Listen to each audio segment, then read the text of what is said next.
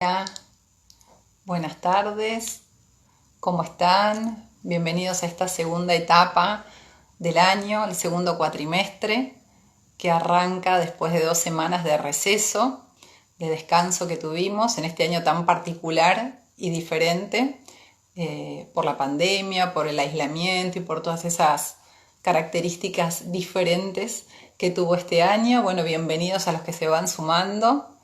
Hola a todos. ¿Cómo están? Gracias por estar del otro lado. Bueno, como les decía recién, bienvenidos a este nuevo espacio. Hoy inauguramos desde lo que hace a los vivos, que empezamos unas semanas antes de que comenzara el receso de invierno.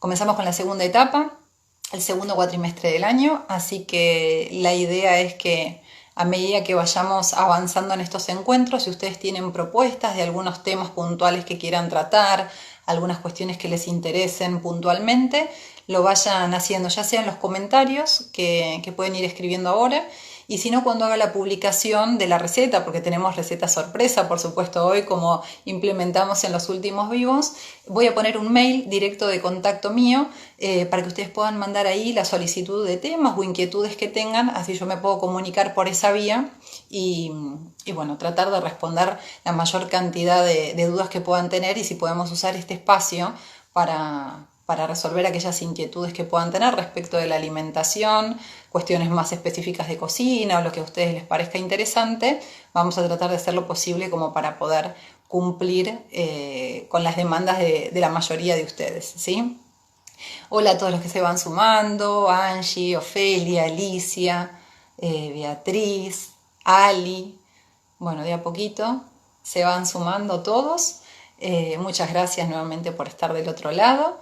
Bueno, el tema que nos convoca hoy es un tema que genera bastante controversia, ¿no? Porque vamos a hablar de alimentación vegetariana. En realidad, mi idea era poner en el flyer alimentación basada en plantas, pero era como muy largo y quedaba totalmente desproporcionado desde el punto de vista por ahí desde la estética del flyer, entonces lo resumí en alimentación vegetariana, pero es un tema que da para hablar no solamente hoy en un vivo de 1 hora, sino que es para hablar muchísimo más tiempo, porque hay mucha información que es necesario que la gente conozca, o que está bueno que la gente se empiece a interesar. Por un lado, porque se dicen tal vez muchas cosas respecto de las dietas vegetarianas o de las dietas veganas que no son así como se escuchan, ¿no? Como que muchas veces son como alertas de que las dietas vegetarianas no se pueden llevar a cabo porque eso no garantiza una nutrición suficiente para el individuo, que el desarrollo no va a poder ser pleno, que en etapas de crecimiento no son dietas aconsejables y demás. Y en realidad hoy ya se sabe que son dietas que, si están correctamente planificadas, se pueden llevar adelante en cualquier estadio de la vida, y que se puede garantizar la plenitud y, digamos, a nivel de la salud, un desarrollo completo en todos los individuos, ¿sí? Se sigue sumando gente: María Luz, Hilda, María Isabel, Andrea. Bueno, bienvenidos a todos. Ahí está Juan, bienvenido Juan también. Paula. Muchísimas gracias a Paula, que es un poco la que dio lugar o que permitió a que todo este espacio se generara. Euge, bueno, bienvenidos a todos, ¿sí? Como les estaba diciendo, creo que el punto de partida para la charla de hoy tiene que ser dejar en claro que las dietas vegetarianas adecuadamente planificadas son saludables, nutricionalmente adecuadas y proporcionan beneficios para la salud. ¿Esto qué significa? No le tengamos miedo a las dietas basadas en plantas, ¿sí? Donde se excluyen los alimentos completamente de origen animal, si hablamos de una alimentación vegana, y si no, una dieta vegetariana donde por ahí lo único que se excluye son el grupo de las carnes, ¿sí? ¿Esto qué significa? Que si la dieta basada en plantas está correctamente planificada, es decir, que recibe o se le da al organismo todas las sustancias y los nutrientes que necesita a partir de los distintos grupos que sí forman parte de la alimentación, la vida se va a poder desarrollar con total normalidad. Cuando me refiero a la vida, hablo de un crecimiento adecuado en función al estadio biológico de cada una de las personas, que pueda tener un desarrollo pleno, ya sea en sus capacidades físicas como también en sus capacidades mentales, con lo cual es importante saber que se puede llevar adelante una alimentación vegetariana sin ningún tipo de complicaciones. Si bien se puede, lo importante también a considerar es que estas tienen que estar bien planificadas, ¿sí? Si las dietas vegetarianas o basadas en plantas no están correctamente planificadas, entonces ahí sí aparecen las carencias o las deficiencias de nutrientes, lo cual va a dar lugar, por supuesto, a alguna enfermedad por falta de esa sustancia nutritiva. Pero no es una condición de la alimentación basada en plantas, sino que tiene que ver con el resultado de una alimentación deficiente en alguno de estos componentes, y es decir, por no estar correctamente planificada. Hay un montón de situaciones o condicionantes que hoy en día hacen que una persona elija una alimentación basada en plantas, ¿sí? Esas motivaciones pueden ser de tipo ambiental, ¿sí? Porque hay una preocupación o mayor conciencia respecto de cuál es el impacto que tiene todo el sistema productivo, ya sea el sistema productivo de los vegetales o el sistema productivo de los animales en el ambiente, y cuál es el impacto que eso está causando. Por otro lado, hay quienes eligen alimentaciones basadas en plantas por una cuestión de tipo espiritual, ¿sí? Hay mucha gente que en función de algún tipo de religión o de práctica, digamos, espiritual, elige una alimentación basada en plantas. Tenemos aquellos que adhieren a una alimentación basada en plantas priorizando el no maltrato animal, ¿sí? Y hay aquellos otros que por ahí, por alguna circunstancia de salud o de enfermedad, deciden hacer un cambio en su alimentación y elegir también una alimentación basada en plantas. Estos son algunos de los ejemplos o algunas de las motivaciones que tiene la gente para elegir una alimentación basada en plantas. Lo importante es respetar cualquiera sea el motivo por el cual una persona elige una alimentación basada en plantas y no señalarlo como si fuera ¿no? una cosa rara, ¿no? Que no está bien, que está mal su alimentación, que es incompleta y demás, sino que hay que respetar y entender cuál es la postura de aquel que elige una alimentación basada en plantas. En general siempre se cuestiona al que tiene una alimentación de esas características, ¿no? Porque uno va caminando por la vida y no anda diciendo hola, ¿qué tal? Yo soy omnívoro, y el vegetariano parece que constantemente se lo está señalando. Entonces, como punto de partida, independientemente de cuál sea la motivación de cada uno de los que eligen una alimentación basada en plantas, está buenísimo que respetemos su elección alimentaria, ¿sí? Si conocen a alguna persona vegetariana o vegana que fue haciendo el cambio, la transición o el camino hacia esa alimentación sin estar acompañado de un profesional de la salud, lo ideal es que después de esta charla le sugieran que vean algún profesional que esté capacitado en estas temáticas como para hacer un abordaje de ese cambio de la alimentación lo más completo posible, para que justamente esa transición o esta nueva etapa en la alimentación sea lo más adecuada posible a sus necesidades, dependiendo de en qué etapa de su ciclo vital se encuentre, ¿sí? Al día de hoy hay muchísimas organizaciones, no solo a nivel internacional, sino también a nivel nacional, que avalan y que han sentado una posición respecto a las dietas vegetarianas y dietas veganas también. ¿Esto qué indica? Que cada vez son más, las instituciones que empiezan a ver que hay efectos benéficos por parte de aquellas personas que realizan una alimentación basada en plantas. Es decir, que si esta alimentación basada en plantas, como decía antes, está bien planificada, llega a cumplir perfectamente con todos los nutrientes que tiene que incorporar una persona, y esto empieza a tener también repercusiones favorables a nivel de la salud, ¿sí? Hemos hablado en algunos de los otros vivos de cómo el exceso de los alimentos ultraprocesados, de las comidas de tipo chatarra y demás, estaban dando lugar a cada vez más cantidad de personas que padecían enfermedades crónicas no transmisibles como el sobrepeso, la obesidad, diabetes, hipertensión arterial y demás, y son todas patologías en las cuales se ve que una alimentación basada en plantas tiene grandes beneficios o mejoras respecto de lo que podía ser una alimentación con otras características, ¿sí? Pero como les decía antes, lo importante es que esté bien planificada, de lo contrario no nos va a servir absolutamente para nada. ¿Saben de dónde viene la palabra vegetariano? La palabra vegetariano viene del latín vegetus, y eso significa completo, sano, lleno de vida, vivaz, fresco, con lo cual ya el origen de la palabra nos está dando la pauta de que es una alimentación que cumple con todo lo que una persona tiene que recibir si lo hace en forma adecuada o correspondiente, ¿sí? Más allá, como les decía antes, de las motivaciones que cada uno puede tener para elegir una de estas alimentaciones, lo importante es considerar y respetar la decisión del otro y sugerirle que lo haga de forma consciente o responsable. Así como les digo que son muchas las organizaciones que avalan las alimentaciones basadas en plantas, ¿sí? Vegetariana, vegana y demás, tenemos que saber que dentro de este tipo de alimentaciones hay algunos nutrientes que son críticos, ¿sí? Y es lógico que así lo sean porque hay algunos nutrientes que están principalmente asociados a los alimentos de origen animal. Entonces, a partir del momento en donde uno empieza a hacer una restricción de algún grupo de alimentos, o más de un grupo, como es en el caso de los veganos, entonces tenemos que ver de qué forma tenemos que garantizar el aporte de esas sustancias en la alimentación. En la mayoría de los casos, esos aportes se van a poder hacer a través de los alimentos, pero hay algunos puntuales, que ya les voy a ir mencionando, en los cuales sí o sí va a hacer falta la suplementación, ¿sí? Y no es una suplementación que debería quedar a criterio, digamos, de cada uno, sino que es algo que debería hacerse en todos los casos. Lo que sí se va a ir ajustando es en función a las necesidades y cuáles sean las reservas de cada uno de estos nutrientes que tenga la persona en el organismo, ¿sí? Como rasgos generales, tenemos mucha variedad de alimentaciones, digamos, basadas en plantas. Tal vez la más convencional o la más común son los ovo-lacto-vegetarianos, que son aquellos que, si bien restringen el consumo de los alimentos cárnicos, ¿sí? Es decir, ya sea carne de vaca, pollo, pescado, cerdo, etc., incluyen en su alimentación los lácteos y los huevos, ¿sí? Por eso el nombre de ovo-lacto-vegetariano.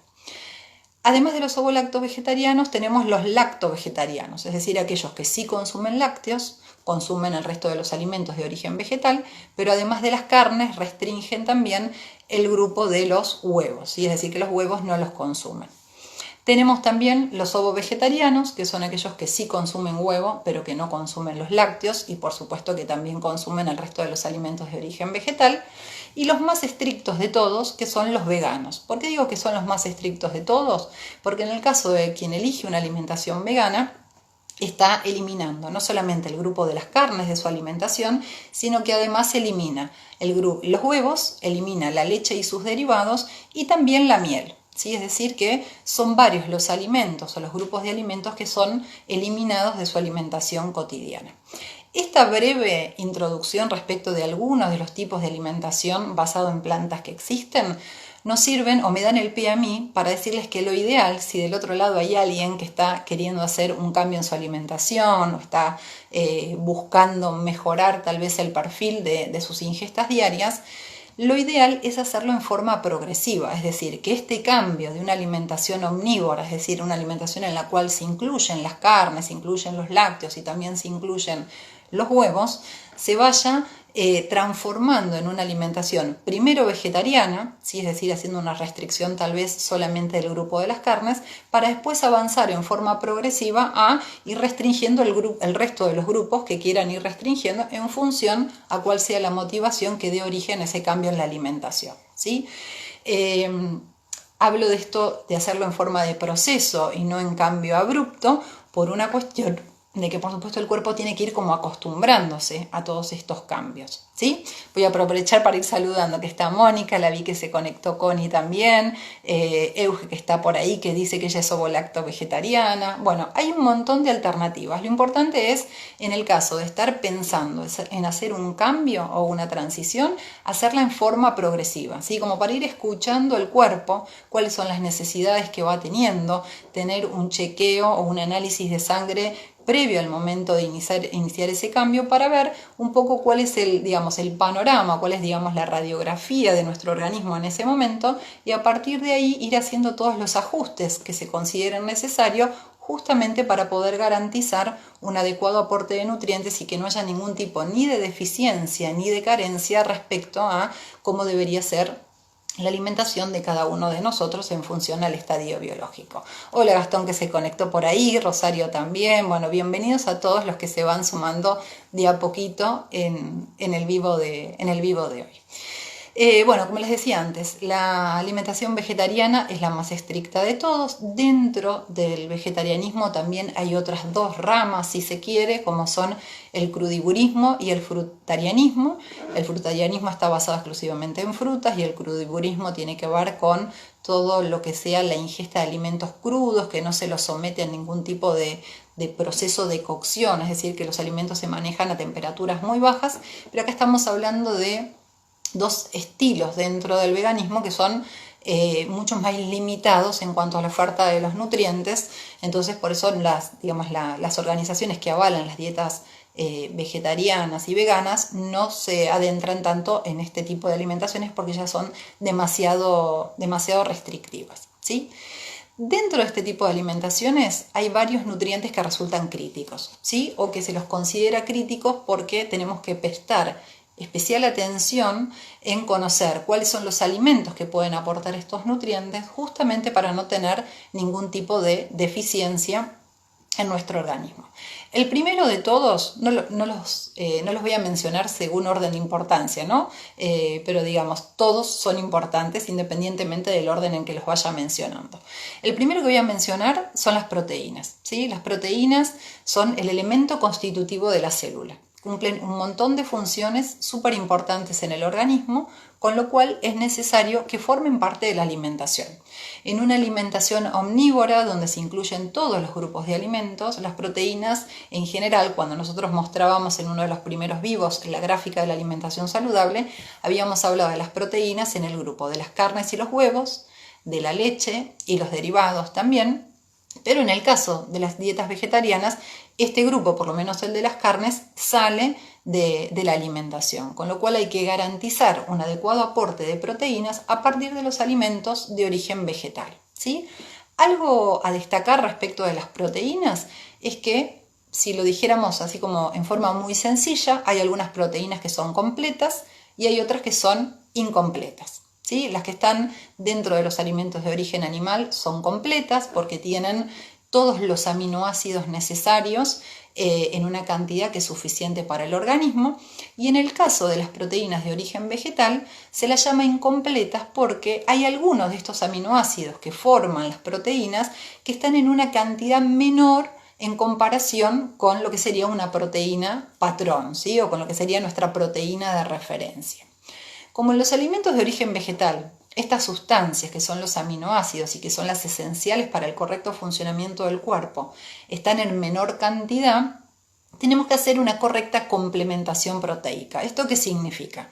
Que si la persona no va a consumir carnes, porque por supuesto elige una alimentación vegetariana, entonces esas proteínas las va a obtener principalmente de los cereales y de las legumbres, ¿sí? ¿De qué manera lo va a obtener de los cereales y las legumbres? No van a ser estos los únicos alimentos que tengan proteínas, sino que va a haber otros también que formen parte, digamos, del aporte de este grupo nutritivo. Pero sí es importante que la ingesta de estos dos grupos tiene que ser en forma diaria y suficiente para garantizar que no haya una deficiencia de proteínas en la dieta. Cuando la alimentación vegetariana tiene un aporte suficiente de calorías, y es decir, que le da al cuerpo la cantidad de energía necesaria para cumplir con todas sus funciones, en general el aporte proteico se cumple sin ningún inconveniente, ¿sí? A los cereales le falta uno de estos aminoácidos, no es que no lo tenga, sino que lo tiene en una cantidad menor, que es la lisina, y en el caso de las legumbres tienen otro en cantidad menor, que es la metionina. ¿Qué es lo que pasa con estos aminoácidos? Que por suerte lo que le falta a un grupo, que son los cereales, lo tienen las legumbres, y lo que le falta a las legumbres lo tienen los cereales. ¿Esto qué significa? Que si una persona vegetariana a lo largo del día incorpora tanto cereales como legumbres, el cuerpo se va a encargar al momento de la digestión y de la absorción de utilizar correctamente los nutrientes que provienen de cada uno de estos grupos de alimentos para poder completar el aporte de aminoácidos que necesitamos a lo largo del día, ¿sí? Así como los cereales y las legumbres son alimentos fuentes de proteína y los podemos combinar entre sí como para tener esta proteína completa, ¿sí? Que equipararía a la proteína de origen animal, también podemos hacer combinación entre legumbres y semillas, por ejemplo, cereales con lácteos para aquellos que consumen una dieta ovo-lacto-vegetariana, semillas con lácteos, es decir que las combinaciones son varias y cada uno de estos alimentos o grupos de alimentos de los que fui nombrando van a aportar una dosis de aminoácidos que son los que necesita nuestro cuerpo realmente para funcionar como corresponde, ¿sí? Si la alimentación vegetariana es pobre en calorías, lo más probable es que no se llegue a cubrir con esta cantidad de proteínas, ¿sí? Porque muchas veces las proteínas van a estar utilizadas como fuente de energía en lugar de funcionar como, digamos, con la función que demanda para la regeneración de los tejidos y para todas las funciones metabólicas que tiene puntualmente, ¿sí? Pero es un grupo de, digamos, un nutriente al cual no hay que tenerle miedo de no cumplir, sino que con una correcta planificación de la alimentación, las proteínas se cumplen sin ningún tipo de dificultad, ¿sí? Sin ningún tipo de dificultad se incorporan y sin problema. El nutriente del que voy a hablar ahora es la vitamina B12 y a diferencia de lo que les decía recién, que complementando correctamente diferentes grupos de alimentos podemos obtener la cantidad suficiente de proteínas, en el caso de la vitamina B12 estamos frente a un nutriente que sí o sí es necesario suplementar en las dietas vegetarianas o veganas, ¿sí? En el caso de aquellas dietas que son ovo-lacto-vegetarianos, tenemos el aporte de vitamina B12 en alimentos como la leche, en alimentos como el huevo y por supuesto que las carnes también los tienen, pero estamos hablando de alimentaciones donde las carnes no forman parte de lo cotidiano, con lo cual el aporte de esta vitamina se va a ver muy limitado en aquellas dietas que sean más estrictas, como por ejemplo las alimentaciones veganas. ¿Esto qué quiere decir? La vitamina B12 es una vitamina sumamente importante para todo lo que tenga que ver con la prevención de anemias, la prevención del daño cerebral. Entonces nosotros necesitamos tener un adecuado aporte de esta vitamina en el organismo. Si no comemos carne, si no comemos huevos, si no comemos lácteos, sí o sí la tenemos que incorporar en forma sintética. En forma sintética me refiero a un suplemento, ¿sí? Dependiendo de cuál sea la reserva que haya en el organismo de vitamina B12, va a ser la dosis necesaria de suplementación. En algunos casos, con dosis de mantenimiento es suficiente para poder aportar, digamos, darle al cuerpo lo necesario para que cumplan sus funciones, y en otros casos vamos a necesitar una dosis mayor, que es una dosis de recuperación, ¿sí? Que esa situación de dosis de recuperación suele ser bastante común en aquellas personas que llevan hace mucho tiempo una alimentación basada en plantas y que ya sea por desconocimiento o por haber ido a profesionales de la salud que no estaban muy involucrados con el tema, minimizaron o no le dieron importancia a la vitamina B12 y nunca se lo controlaron, con lo cual es una vitamina que sí o sí se tiene que controlar en un análisis de sangre y aparte, y en función al resultado que se obtenga, ver si lo que se necesita es una dosis de mantenimiento o de recuperación para poder tener la dosis necesaria en el organismo, ¿sí? En formato, digamos, dentro de los alimentos de origen vegetal hay algunos que generan cierta confusión, porque por ejemplo las algas tienen vitamina B12, la levadura nutricional tiene vitamina B12, pero hay que saber que la vitamina B12 que está en los alimentos de origen vegetal es una vitamina B12 que para el cuerpo es inactiva, ¿sí? Es decir, es una vitamina B12 que está dando vueltas en la sangre, pero que en realidad no cumple con la función que debería cumplir. Entonces eso nos puede generar una confusión o un engaño si en un análisis de sangre lo único que controlamos es la vitamina B12. Para tener certeza de cuál es la cantidad de vitamina B12 que tenemos en el organismo, cuánto es lo que tenemos que aportar en forma sintética con un suplemento, además de medir la vitamina B12, hay que tomar la medición en esa misma muestra de sangre de la homocisteína, ¿sí? La homocisteína nos sirve como para saber si el resultado que obtenemos de la vitamina B12 es real o si se puede estar generando un falso positivo en el análisis del laboratorio, ¿sí? Con lo cual es una vitamina que sí o sí hay que suplementar. Hay algunos alimentos que están fortificados con esta vitamina, pero no es lo más común acá en Argentina. En otras partes del mundo sí, son muchos los alimentos que están fortificados con la vitamina B12, entonces tal vez a partir de mejorar la ingesta o aumentar la ingesta de estos alimentos, uno puede llegar a estar en valores un poquito más aceptables.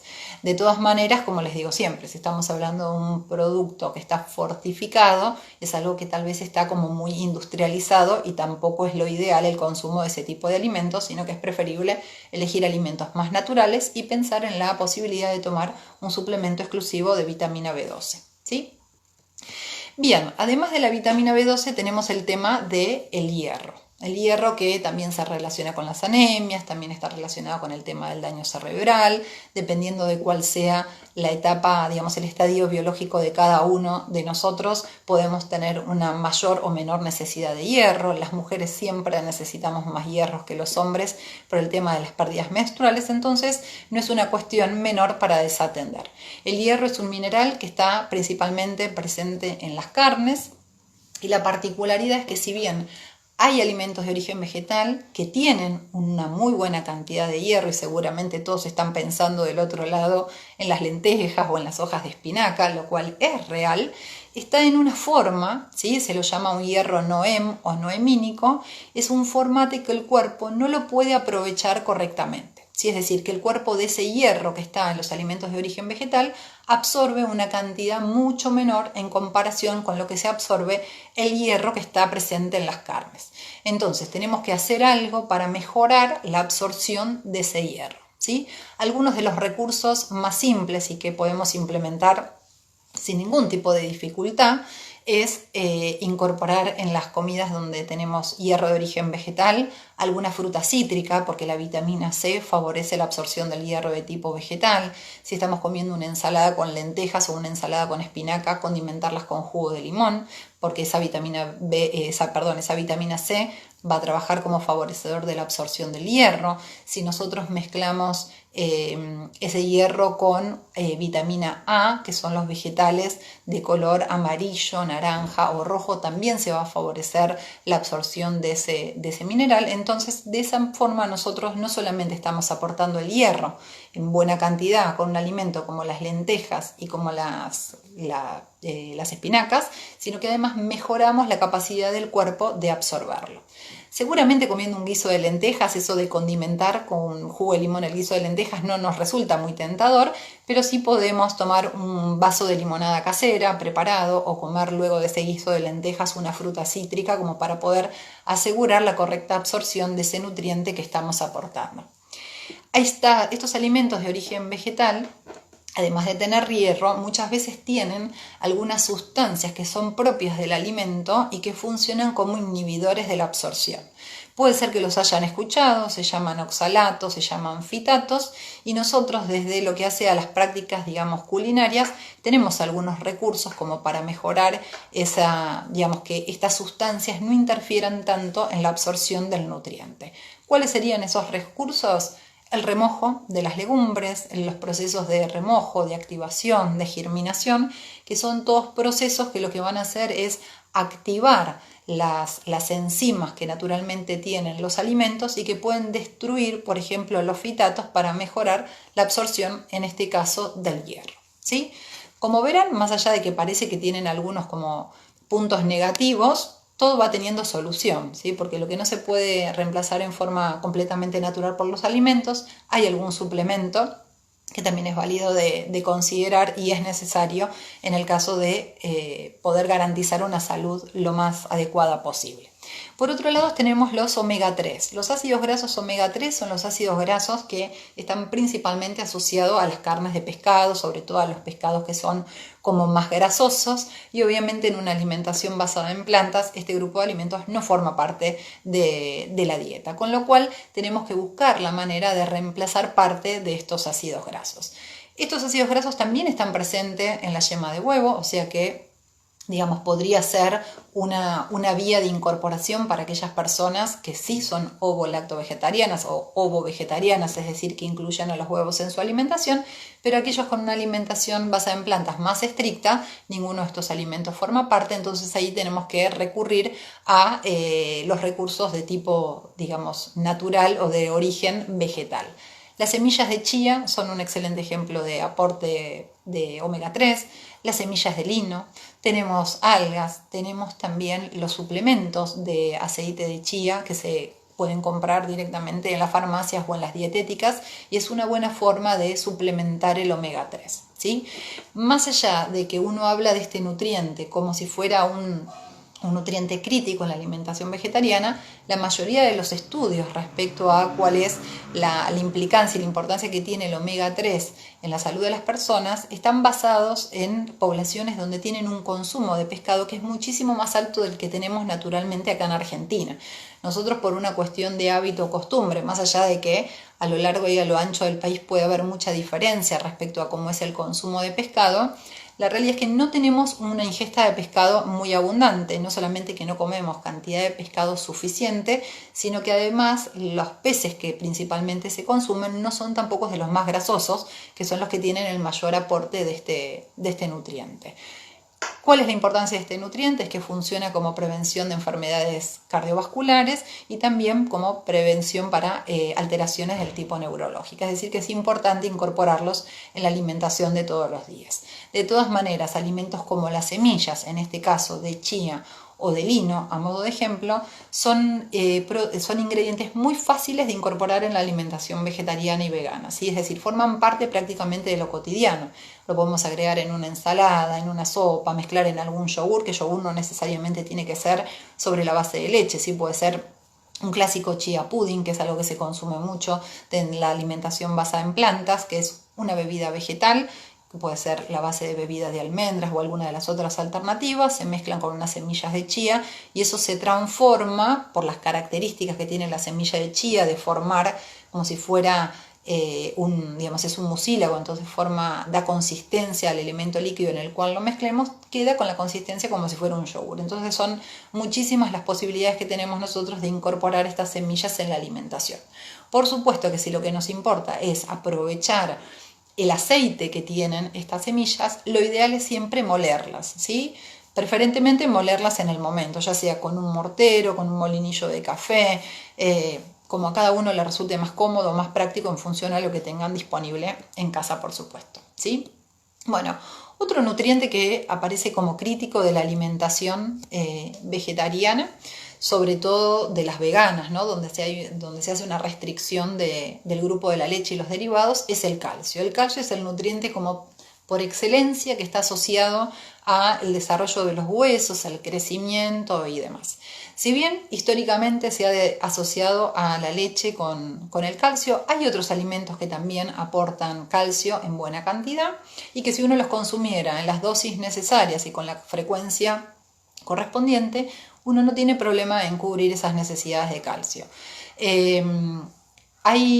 Este tema particular del calcio genera bastante controversia, pero la realidad es que siempre hubo como mucha presencia, digamos, de la industria detrás de la importancia del calcio en la leche y en todos los derivados, y las encuestas de nutrición y salud hacen o nos hablan y nos indican de que el consumo del calcio en la alimentación no es el que en realidad uno debería, digamos, no se llega a cubrir con la necesidad que está prevista en función a cada uno de los estadios de la vida. Por excelencia se asocia a la leche con el calcio, pero tenemos también en las frutas secas el calcio, en semillas como las semillas del sésamo, también mucha cantidad de calcio. Las almendras tal vez son el principal grupo de las frutas secas representativo de este aporte nutricional. Y con esto voy a hacer la salvedad de que no piensen que una leche mal llamada leche de almendras aporta mucha cantidad de calcio, ¿sí? Digamos, si bien las almendras tienen calcio, cuando uno prepara una bebida vegetal hecha a base de almendras, uno mezcla las almendras activadas con el agua, eso se procesa, se filtra y el residuo sólido queda retenido, no se utiliza, ¿sí? Esa bebida vegetal es solamente la parte líquida. Entonces, no confundamos una cosa con otra. Lo que tiene calcio son las almendras. Entonces, para obtener el calcio hay que comer almendras o hay que comer semillas de sésamo, no esas bebidas o mal llamadas leches vegetales, porque en ese tipo de alimento, digamos, no tenemos absolutamente nada del calcio.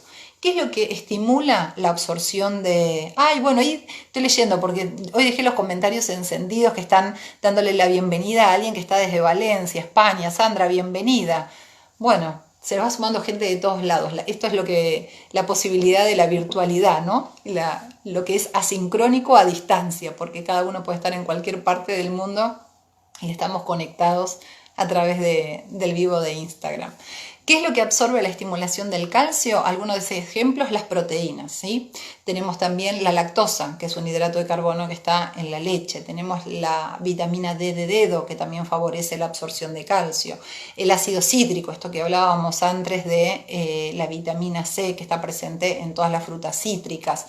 Tenemos los prebióticos y los probióticos, que también estimulan la absorción del calcio. Y en la harina de almendras, pregunta ahí Euge, sí, la harina de almendras sí. Por supuesto que la harina de almendras sí, porque la harina de almendras nosotros estamos utilizando el sólido, estamos usando la almendra. Sí, una harina de almendras no es ni más ni menos que una almendra que fue pelada y que fue molida lo más fino posible, como por una cuestión de, digamos, de textura, para hacer el reemplazo de otros tipos de harina. Así que sí, en ese caso sí tenemos el calcio, por supuesto.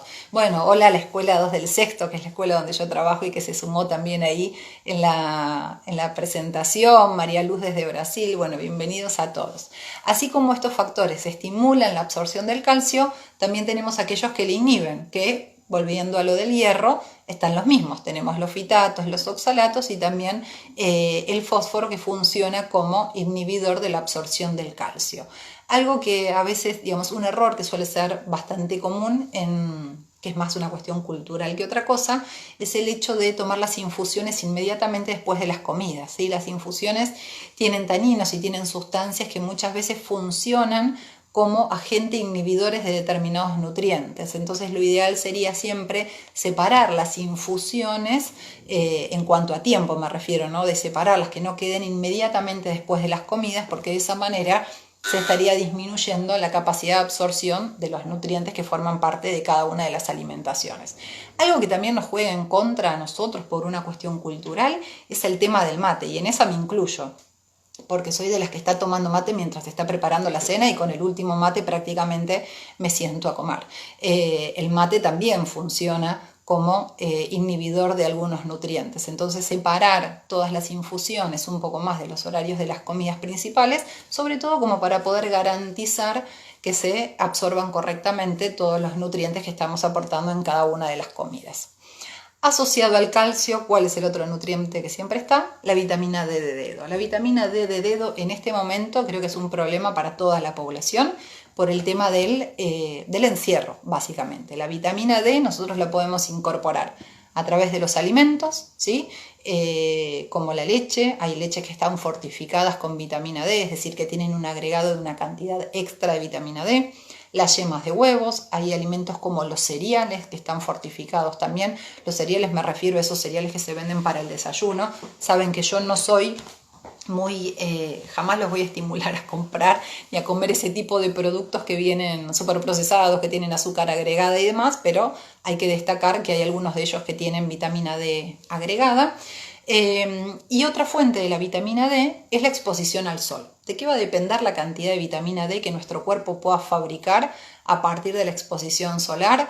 De la época del año, de qué tanta superficie del cuerpo tengamos cubierta o no si estamos expuestos al sol, cuánto tiempo nos expongamos al sol, cuál sea es decir, la latitud en la que estemos. Por supuesto que no es lo mismo la cantidad de rayos de las radiaciones que recibimos del sol acá o que se reciben en Ushuaia. Entonces hay un montón de factores que influyen en la posibilidad de la obtención de la vitamina D o de la producción por parte del cuerpo en función a la captación de los rayos solares, ¿sí? En este momento donde pasamos un montón de meses como mucho más encerrados por el tema del aislamiento causado por la pandemia, lo más probable es que casi todos estemos con algún tipo de deficiencia de vitamina D. Al igual que el calcio, es una vitamina que está asociada al metabolismo óseo, ¿sí? Es decir, a todo lo que tenga que ver con los huesos en el cuerpo. En general es una vitamina a la cual se le empieza a prestar un poco más de atención en una edad, cuando las mujeres entran en una edad de la menopausia, pero en realidad es un nutriente por el cual nos deberíamos ocupar todos, ¿sí? Porque es un nutriente que cumple un montón de funciones súper importantes relacionadas al metabolismo, bueno, como les decía antes, del calcio, el fósforo, la estructura ósea. La falta de vitamina D puede aumentar el riesgo de diabetes 1, de enfermedades cardiovasculares, de artritis, infección, digamos, otro montón de situaciones no favorables para la salud, con lo cual corroborar la cantidad de vitamina D que tenemos en el cuerpo es necesario para saber si con los alimentos lo podemos llegar a cumplir. En el caso de la alimentación ovo-lacto-vegetariana se puede cumplir, sumado a esto algo de exposición solar, y de lo contrario, en el caso de no consumir ninguno de estos alimentos de origen animal, por supuesto que hay que suplementar. En relación a la suplementación, hay una vitamina D que es de origen animal y hay otra que es de origen vegetal. Obviamente aquellos veganos optan siempre por la versión del ergocalciferol, que es la forma vegetal, digamos, o apto vegano de la vitamina D de dedo para poder cumplir con esas demandas o necesidades que tiene el organismo, ¿sí? Después de toda esta charla van a ir todos a pedirle al médico una prescripción de análisis de sangre completo, donde no falte absolutamente nada. Si fueron punteando específicamente, más allá de ser o no vegetarianos, todas estas cosas deberían preocuparnos siempre, ¿no? Porque uno a veces piensa que las deficiencias pueden tener que ver con las dietas vegetarianas y cualquiera sea de las alimentaciones basadas en planta, y muchas veces la gente que no es vegetariana, ¿sí? Es decir, que consume carnes, su alimentación no es para nada equilibrada, o sea que puede tener exactamente las mismas deficiencias o hasta incluso más que una persona que elige otro tipo de alimentación, ¿sí? Esto como para desmitificar un poco el tema de que una alimentación vegetariana va a ser una alimentación carente en comparación con una omnívora, que no necesariamente es suficiente en todos los nutrientes, sino que a veces hasta incluso es excesiva en algunos que no son para nada favorables para la salud. Tenemos también el zinc, que el zinc es otro nutriente que está asociado al crecimiento y que se puede, digamos, también juega un rol respecto de la prevención de las anemias. Por supuesto que está presente en las carnes, pero si bien está en las carnes, también está en las legumbres, está en las frutas secas, está en los cereales completos, me refiero a los cereales que son integrales, y tenemos recursos como la levadura nutricional que la aporta, las algas, que digamos en la población vegetariana y vegana en general se consumen y mucho. Las algas se venden en las dietéticas, algunas vienen en planchas como las clásicas algas nori, que son con las que se hacen los rolls o se preparan distintos tipos de preparaciones, y tenemos también las algas que vienen molidas o trituradas, que se pueden mezclar en una ensalada, en una sopa, digamos, que son sumamente versátiles también en su incorporación. El alga kombu, que se utiliza a veces para cocinar algunas legumbres y mejorar la digestibilidad de las legumbres. Es decir, hay un montón de recursos y alimentos donde el zinc forma parte de su composición y que son buenas vías o formas de vehiculizarlas en la dieta a partir de la incorporación en la alimentación cotidiana.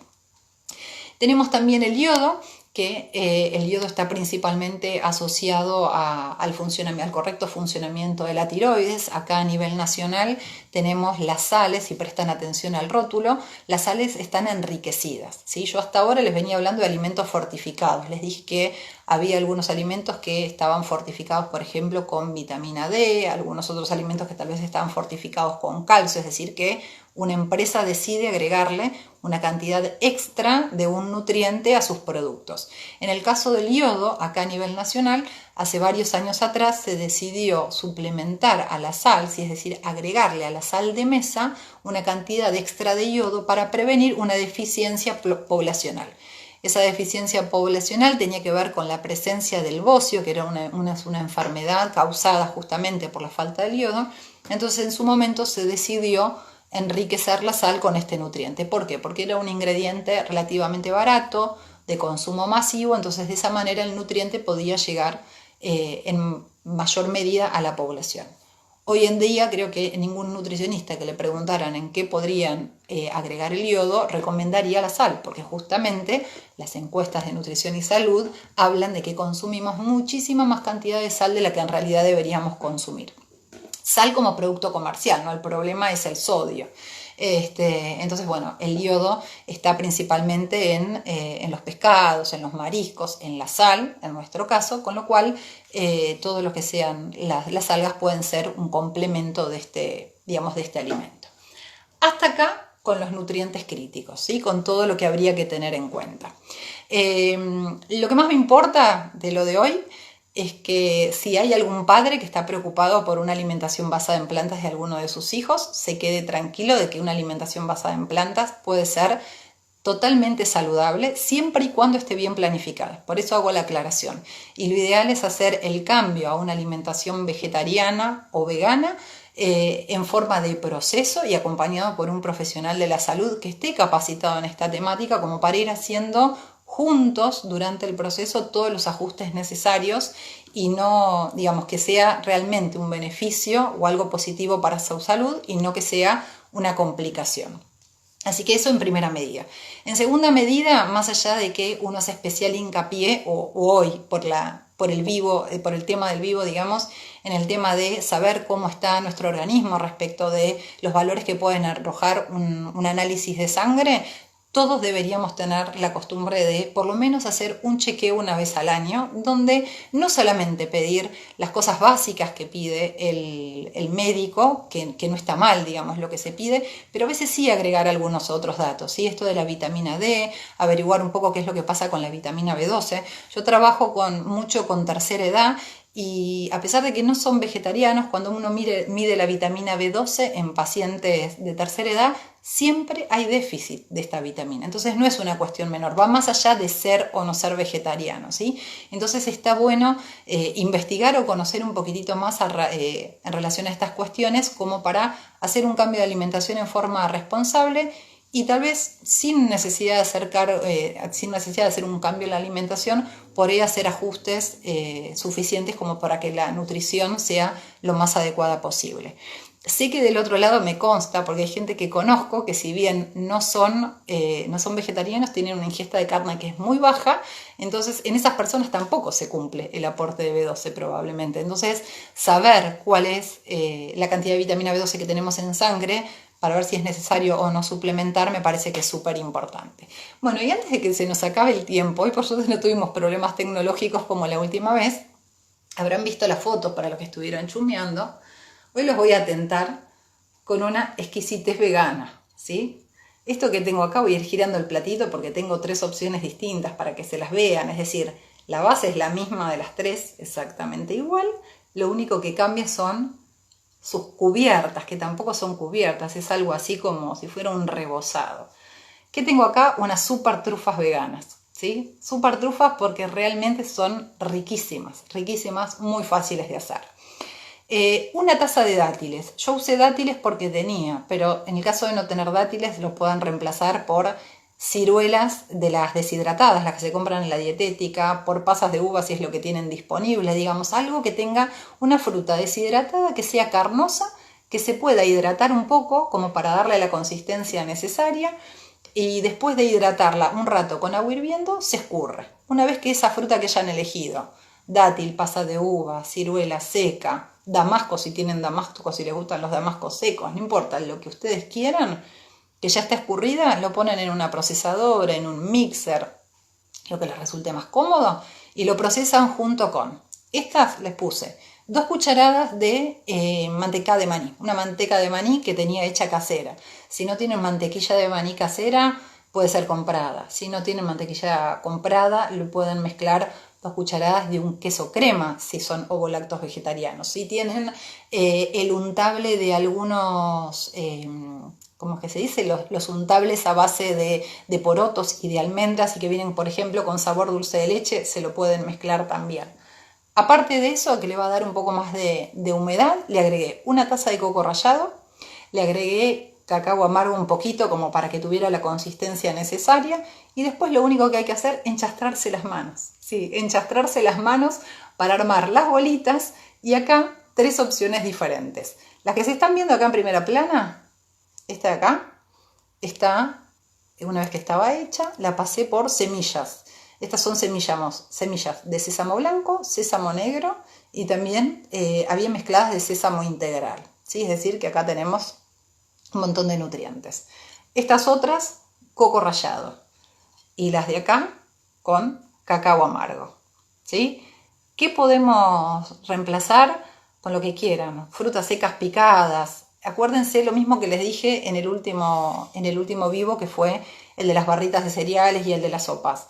Abran la alacena, sorpréndanse con lo que encuentran adentro de los placares y liberen su creatividad. Utilicen sobre la base de lo que les estoy dando como idea o como referencia lo que tengan disponibles.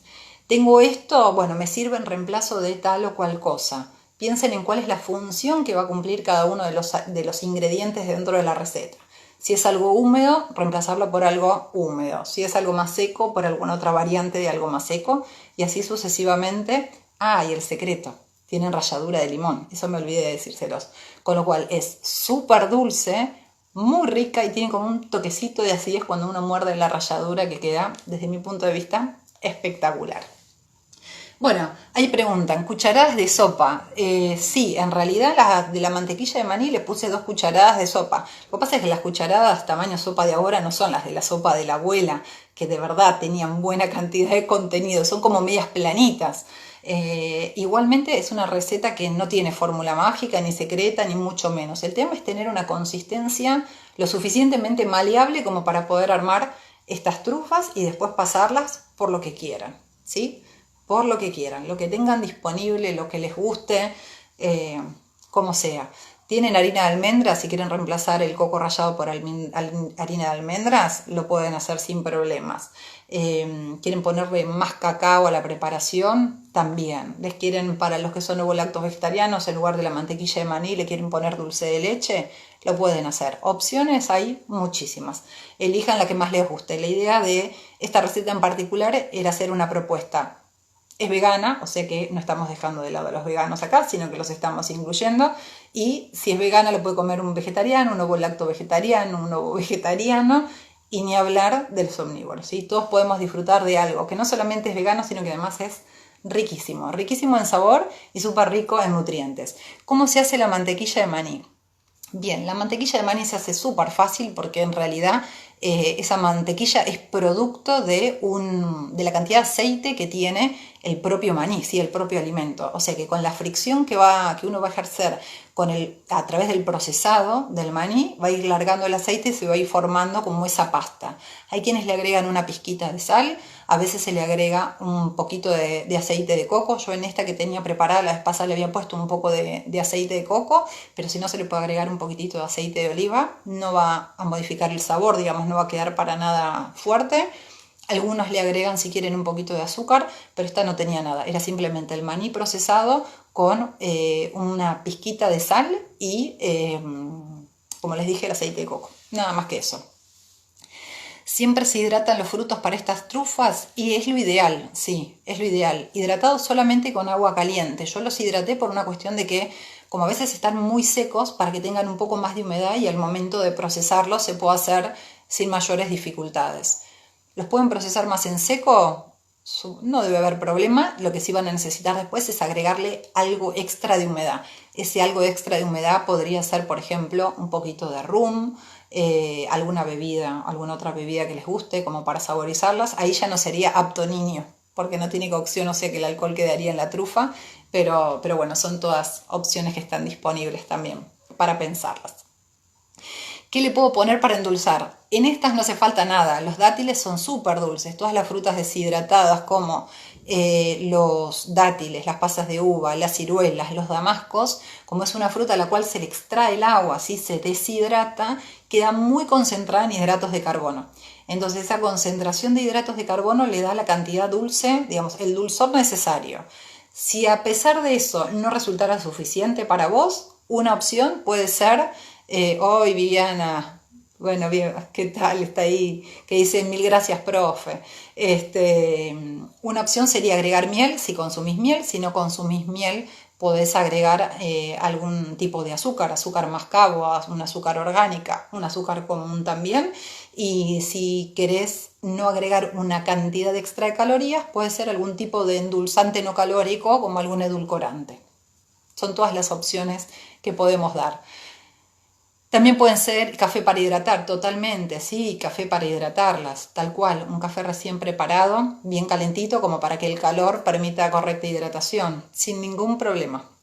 Sí, sí, sí. Lo que les guste, lo que les guste. Si lo quieren hidratar, no sé, habiendo preparado un agua infusionada con cáscara de naranja, con limón, con algo de especias, habiéndole agregado un poco de clavo de olor, una estrella de anís, lo que sea, digamos. Opciones hay tantas como la creatividad que puedan tener del otro lado. Y de verdad que son muy fáciles de hacer, muy, muy fáciles y súper ricas. Bueno, espero que hayan disfrutado este vivo. Ahora cuando les publico la receta, que se las voy a publicar de todas maneras en el Instagram y la vamos a compartir en el Facebook también de la supervisión de materias especiales, voy a poner también el mail, así las consultas que tengan, si quieren proponer temas para los próximos vivos y demás, bienvenido sea. La idea es que este espacio les sirva a ustedes lo máximo que se pueda, así que aquí estamos para todas las consultas. Como hago en general siempre, muchísimas gracias Paula por la posibilidad de este espacio, muchísimas gracias Mónica que siempre está del otro lado con las cuestiones técnicas colaborando y más que gracias a todos los que están del otro lado, que hay algunos que ya se vienen repitiendo en varios vivos y que son algo así como el staff permanente, así que más que agradecida a todos los que están ahí, ¿sí? Un beso enorme para todos y nos reencontramos el próximo viernes. Buena semana.